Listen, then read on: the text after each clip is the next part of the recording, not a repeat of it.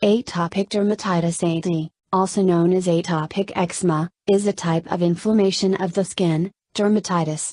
It results in itchy, red, swollen, and cracked skin. Clear fluid may come from the affected areas, which often thicken over time. The condition typically starts in childhood with changing severity over the years. In children under 1 year of age, much of the body may be affected. As children get older, the back of the knees and front of the elbows are the most common areas affected. In adults, the hands and feet are the most commonly affected areas. Scratching worsens symptoms, and affected people have an increased risk of skin infections. Many people with atopic dermatitis develop hay fever or asthma. The cause is unknown but believed to involve genetics, immune system dysfunction, environmental exposures, and difficulties with the permeability of the skin.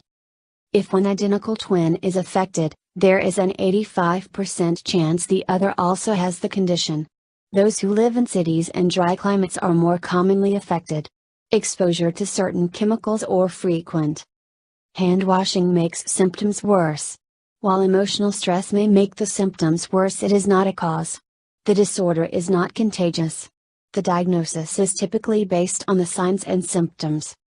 Other diseases that must be excluded before making the diagnosis include contact dermatitis, psoriasis, and seborrheic dermatitis. Treatment involves avoiding things that make the condition worse, daily bathing with application of a moisturizing cream afterwards, applying steroid creams when flares occur, and medications to help with itchiness. Things that commonly make it worse include wool clothing, soaps, perfumes, chlorine, dust, and cigarette smoke. Phototherapy may be useful in some people. Steroid pills or creams based on calcineurin inhibitors may occasionally be used if other measures are not effective. Antibiotics, either by mouth or topically, may be needed if a bacterial infection develops. Dietary changes are only needed if food allergies are suspected. Atopic dermatitis affects about 20% of people at some point in their lives. It is more common in younger children. Males and females are equally affected. Many people outgrow the condition. Atopic dermatitis is sometimes called eczema, a term that also refers to a larger group of skin conditions. Other names include infantile eczema, flexural eczema, prurigo Bazir, allergic eczema, and neurodermatitis. People with AD often have dry and scaly skin that spans the entire body, except perhaps the diaper area, and intensely itchy red, splotchy, raised lesions to form in the bends of the arms or legs, face, and neck. AD commonly occurs on the eyelids where signs such as Denny Morgan infraorbital fold, infraauricular fissure, periorbital pigmentation can be seen. Post-inflammatory hyperpigmentation on the neck gives the classic dirty neck appearance. Lichenification, excoriation, and erosion or crusting on the trunk may indicate secondary infection. Flexural distribution with ill-defined edges with or without hyperlinearly on the wrist, finger knuckles, ankle, feet and hand are also commonly seen. The cause of AD is not known, although there is some evidence of genetic, environmental, and immunologic factors. Atopic dermatitis is typically diagnosed clinically, meaning it is diagnosed based on signs and symptoms alone, without special testing. Several different forms of criteria developed for research have also been validated to aid in diagnosis. Of these, the UK diagnostic criteria, based on the work of Hanifin and Rajka, has been the most widely validated. There is no known cure for AD, although treatments may reduce the severity and frequency of flares. Applying moisturizers may prevent the skin from drying out and decrease the need for other medications. Affected persons often report that improvement of skin hydration parallels with improvement in AD symptoms. Health professionals often recommend that persons with AD bathe regularly in lukewarm baths, especially in salt water, to moisten their skin. Avoiding woolen clothing is usually good for those with AD. Likewise, silk, silver-coated clothing may help. Dilute bleach baths have also been reported effective at managing AD.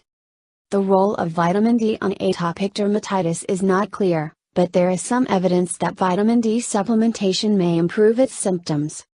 Studies have investigated the role of long-chain polyunsaturated fatty acids, LCPUFA, supplementation and LCPUFA status in the prevention and treatment of atopic diseases, but the results are controversial. It remains unclear if the nutritional intake of INT3 fatty acids has a clear preventive or therapeutic role, or if INT6 fatty acids consumption promotes atopic diseases. Several probiotics seem to have a positive effect with a roughly 20% reduction in the rate of atopic dermatitis. The best evidence is for multiple strains of bacteria. In people with celiac disease or non-celiac gluten sensitivity, a gluten-free diet improves their symptoms and prevents the occurrence of new outbreaks. Topical corticosteroids, such as hydrocortisone, have proven themselves effective in managing AD. If topical corticosteroids and moisturizers fail, short-term treatment with topical calcineurin inhibitors like tacrolimus or pimecrolimus may be tried, although they are usually avoided as they can increase the risk of developing skin cancer or lymphoma. Alternatively, systemic immunosuppressants may be tried, such as cyclosporin, methotrexate, interferon gamma-1b, mycophenolate mofetil and azathioprine. Antidepressants and naltrexone may be used to control pruritus, itchiness. In 2016, crisaborole was approved as a topical treatment for mild to moderate eczema. In 2017, the biologic agent dupilumab was approved to treat moderate to severe eczema. A more novel form of treatment involves exposure to broad or narrowband ultraviolet, UV, light. UV radiation exposure has been found to have a localized immunomodulatory effect on affected tissues and may be used to decrease the severity and frequency of flares. In particular, the usage of UV1 is more effective in treating acute flares, whereas narrowband UVB is more effective in long-term management scenarios. However, UV radiation has also been implicated in various types of skin cancer, and thus UV treatment is not without risk. Since the beginning of the 20th century, many mucosal inflammatory disorders have become more common. Atopic eczema, A, is a classic example of such a disease. It now affects 15 to 30% of children, and 2 to 10% of adults in developed countries, and in the United States has nearly tripled in the past 30 to 40 years. Over 15 million American adults and children have atopic dermatitis. Evidence suggests that IL-4 is central in the pathogenesis of AD. Therefore, there is a rationale for targeting IL-4 with anti-IL-4 inhibitors. People with atopic dermatitis are more likely to have Staphylococcus aureus living on them.